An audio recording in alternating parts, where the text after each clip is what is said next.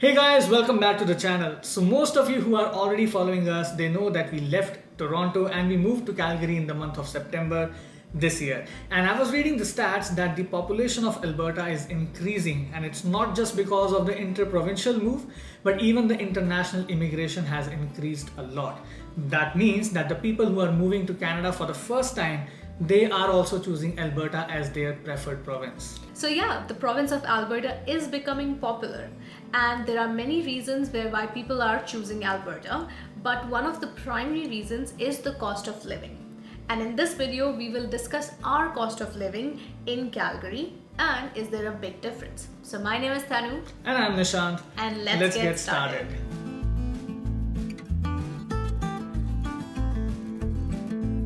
We will start with the smaller stuff and then we will tackle the elephant in the room, that is the rent.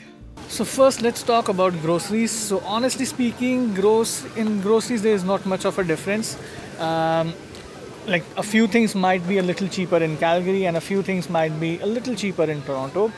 But yes, our grocery bill has definitely increased, but it has nothing to do with Calgary, but I would say the rising inflation has to be blamed for that. So initially for two of us, our grocery bill used to be somewhere around $300, but now it is coming around $350 to $400. And we don't eat out at restaurants a lot, and we try to budget it between $70 to $100.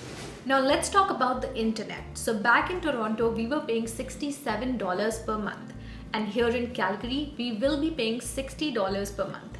And I say will be, it's because we got an initial $200 credit. So basically the first 3 months are free.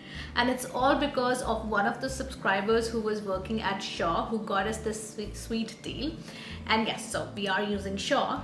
But talking about the two major players for internet and telecom services in this particular region in Calgary also is Shaw and Telus. Whereas back in Toronto, it was Bell and Rogers. Now talking about the phone bill, so our total bill for both of us comes out to be $50 per month including taxes.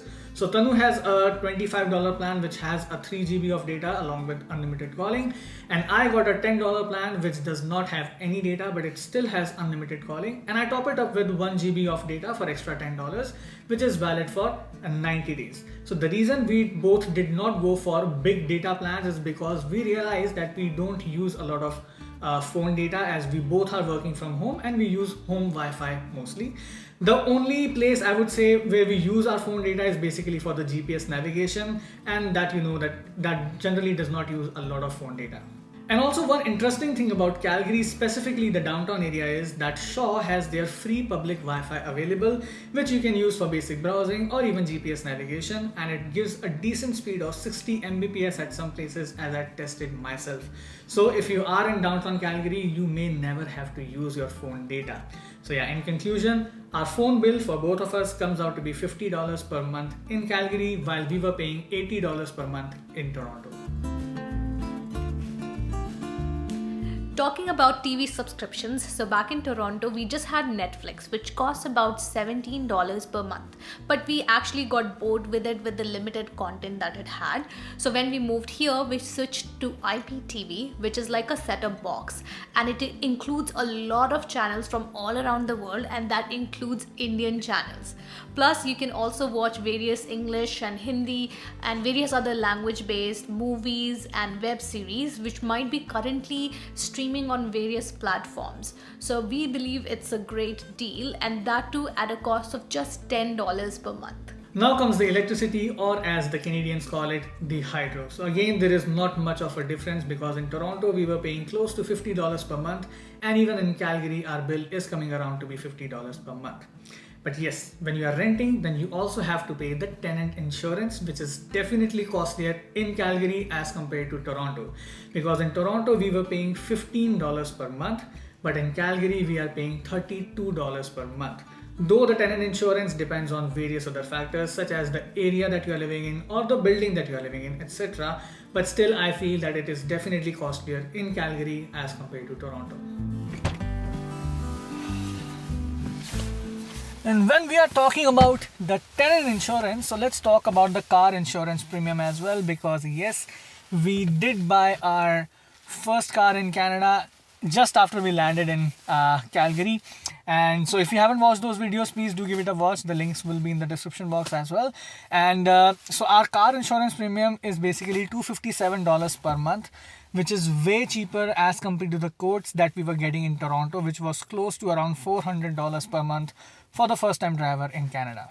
Now that we have talked about the car insurance, let's talk about the car EMI, which for us stands at about $500 per month, and that is for this SUV, which is a Mazda CX-5. This could have been a little cheaper, but we went for some additional coverage, and we also got the winter tires at the same time from the dealership. So this was a little elephant that we talked about, and now let's talk about the bigger elephant in the room, that is the rent. So in Calgary, we are living in a one-bedroom apartment in the core downtown area, and we are paying $1,450 per month, excluding the parking. Though in terms of Calgary, it is still a little expensive, as the rents in Calgary are also increasing because of the rising inflation and also the huge influx of population which is moving to Calgary. So back in 2021, we saw that the average rent of a 1 BHK in Calgary was somewhere around $1,200 to $1,300 per month. But in 2022, this year when we were actually moving, the average rent increased to $1,350 to $1,500 per month. Which is still cheaper than Toronto, because the 1 BHK apartment that we were living in back in Toronto, which was actually in the North York area, it was being rented out to the next tenant at about $2,000 per month.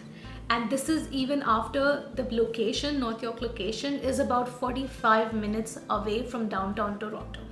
So new immigrants to Canada can save up to $500 per month or more in rent just by choosing to move in a city like Calgary instead of moving to expensive cities like Toronto and Vancouver, and use that saving to probably buy a car or save up for your down payment when you are buying your first house in Canada. So you might have noticed that there are one or two things which are a little cheaper in Toronto, but there are a couple of things which are a little cheaper in Calgary.